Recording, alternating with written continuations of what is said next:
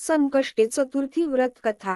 एकदा गणपती उंदरावर बसून घाईघाईने जात असताना घसरले, तेव्हा त्यांना बघून चंद्र उपहासाने हसला। ते पाहून गणपतीला चंद्राचा फार राग आला। गणपतीने चंद्राला शाप दिला की आजपासून तुझे कोणी तोंड पाहणार नाही. जो कोणी पाहिल त्यावर खोटा आळ येईल. शेवटी चंद्राने मोठे तप करून श्री गणपतीला प्रसन्न करून घेतले. चंद्राच्या तपामुळे व सर्व देवांनी प्रार्थना केल्यामुळे गणपतीने चंद्राला शापातून मुक्त केले. पण वर्षातून एक दिवस, भाद्रपद शुक्ल चतुर्थीच्या दिवशी म्हणजेच गणेश चतुर्थीच्या दिवशी, तुझे तोंड कोणी पाहणार नाही आणि जो कोणी पाहिल त्यावर त्या वर्षी खोटा आळ येईल असे सांगितले. त्यावर चंद्राने प्रार्थना केली की जर कोणी चुकून गणेश चतुर्थीच्या दिवशी माझे तोंड पाहिले तर खोटा आळ येऊ नये म्हणून त्याने काय करावे. तेव्हा गणपतीने सांगितले की त्याने संकष्ट चतुर्थी व्रत करावे, म्हणजे खोट्या आळातून त्याची मुक्तता होईल. गणेश चतुर्थीच्या दिवशी चंद्र पाहिल्यामुळे श्रीकृष्णावर स्यमंतक मणी चोरल्याचा खटा आळ आला होता. तो आळ कृष्णाने संकष्ट चतुर्थी व्रत केल्यामुळे गेला, अशी कथा आहे. त्या कथेनुसार फार पूर्वी यादवकुळात सत्राजित नावाचा एक राजा होऊन गेला. त्याने 100 वर्षे सूर्योपासना करून सूर्यास प्रसन्न करून घेतले. प्रसन्न होऊन सूर्याने त्याला दिव्य स्यमंतक मणी दिला. हा मणी तेजाने प्रतिसूर्यच होता. या मण्यामुळे राजास दररोज सोने प्राप्त होई. त्यामुळे सत्राजित राजा दररोज सहस्त्र भोजन घालायचा.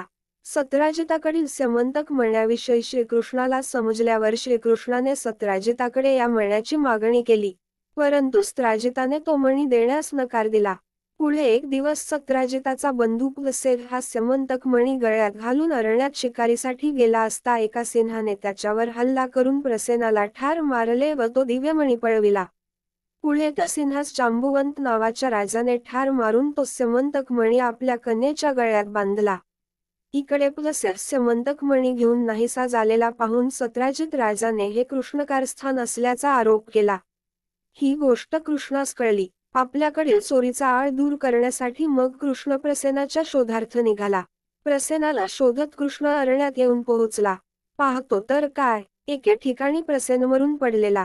जवळच सिंहाच्या पाऊलखुणा उमटल्या होत्या. त्यांचा माग काढीत कृष्ण जांबुवंताच्या गुहेपाशी येऊन पोहोचला व स्यमंतक मणी शोधू लागला. अचानक परपुरुष आपल्या गुहेत शिरलेला पाहून जांबुवंताच्या कन्येने ओरडावयास सुरुवात केली. तिचे ओरडणे ऐकून जांबुवंत तेथे आला. त्याने कृष्णावर हल्ला केला. त्या दोघांचे युद्ध 21 दिवस चालले होते. त्यामुळे द्वारकेत घबराट झाली. गोकुळात नंद, यशोदेला या युद्धाची वार्ता कळली. तेव्हा ते कृष्णाच्या काळजीने व्याकुळ झाले. त्यांनी संकटहर्त्या श्रीगणेशाचे संकष्टी चतुर्थीचे व्रत निष्ठापूर्वक केले. श्रीगणेशाच्या कृपाप्रसादाने श्रीकृष्णास विजयप्राप्ती झाली. जांबुवंताने स्यमंतक मणी आणि आपली कन्या जांबुवंती श्रीकृष्णास दिली. गोकुळात, द्वारकेत सगळीकडे आनंदी आनंद झाला. श्रीकृष्णावर स्यमंतक मणी चोरल्याचा आळ आला. त्याचे कारण असे सांगतात. पूर्वी भाद्रपदात गणेश चतुर्थी दिवशी सायंकाळी गोपाळांसह रानातून घरी येताना वाटेत उमटलेल्या गायीच्या खुरांच्या ठशात पावसाचे पाणी साचले होते. त्या पाण्यात कृष्णाने चंद्र पाहिला होता. श्रीगणेशाने चंद्रास दिलेला शाप श्रीकृष्णास अशा प्रकारे भोवला होता. परंतु संकष्टी चतुर्थी व्रताच्या प्रभावाने श्रीकृष्णावरील चोरीचा आळ दूर झाला. श्रीकृष्णाने स्यमंतक मणी सत्राजिताला परत दिला. सत्राजिताने श्रीकृष्णाची क्षमा मागून आपली कन्या सत्यभामा श्रीकृष्णास दिली. म्हणून दर महिन्याच्या कृष्ण चतुर्थीस संकष्ट चतुर्थीचे व्रत करतात. या व्रतामुळे संकटहर्त्या श्रीगणेशाची कृपा लाभते. भक्तांची संकटे दूर होतात. त्यांच्या मनोकामना पूर्ण होतात.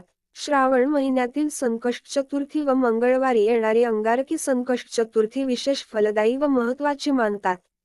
दर महिन्यात चतुर्थी करणे शक्य नसल्यास प्रत्येकाने निदान वर्षांतून या 2 तरी अवश्य कराव्या.